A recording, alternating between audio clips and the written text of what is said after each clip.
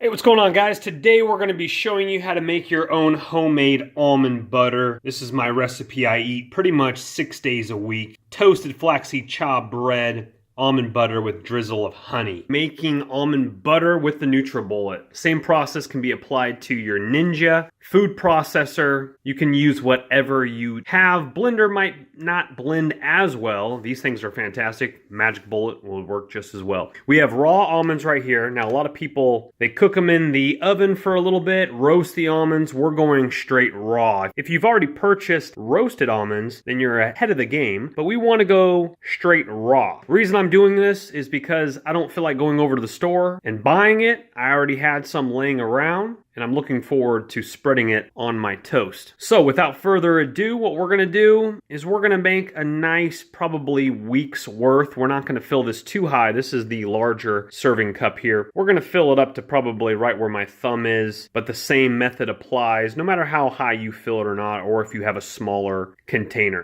So let's go ahead and begin here. Okay, we put a little bit in there, not too terribly much. Again, this is the large container, and we have water and a little spatula because we're going to be blending it a few times. Now, of course, the nutribullets, the magic bullets, they tend to overheat if you're running them for a long time. This method, what we're going to do is we're going to add a little bit of water. We're going to blend it up, stop it, shake it, blend it up a little bit more, unscrew the top, push down our almond butter off of the blades, off of the rim, because what it's going to do, it's going to start collecting right around here. It's going to take about maybe 4 cycles of doing that. Just a few minutes of your time. Once you have the method down, it's really simple. So let's go ahead and number one, we're gonna about that much water right there. That was probably a little bit more than 1/3 of a cup or so. Let's go ahead and screw on our blades, and we'll go ahead and zap her here. All right, let's go ahead and begin here.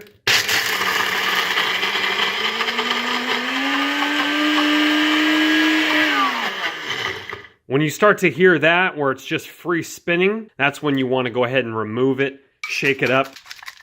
And let's go ahead and zap it one more time, and then we need to add a little bit more water.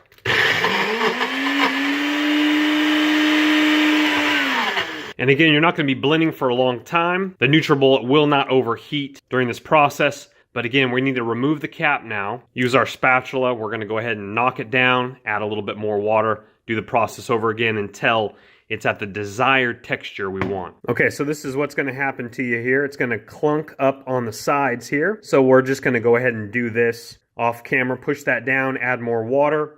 We're gonna get it off of the blades there. Real simple process. It seems tedious, but it isn't, especially if you want your own homemade almond butter. All right, again, same thing. A little bit more water, and we're gonna go ahead and blend it back up again.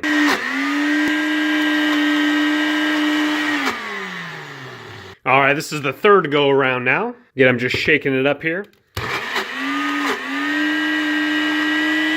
All right, after about 4 cycles, I think I'm finished, but you guys can do a little bit more if you like to. Again, just add a little bit of water at a time until you get the desired texture you want. Now, here's an added tip for you guys here. This is where you could add a little bit of sea salt if you guys wanted a little bit more salty. I think I just actually might do that just to kind of kick it up a notch. These raw almonds don't have any salt added, 0 sodium. So if you like that, then absolutely keep it as desired. But I think I'm gonna go ahead and kick it up a notch and add some sea salt. If you guys don't like sea salt, obviously regular salt. Add a little bit at a time, maybe a little bit more water, blend that salt up, or do that for your last cycle so you can have it nice and the desired texture with the salt added in there as well. Overall, I'm very happy with the process.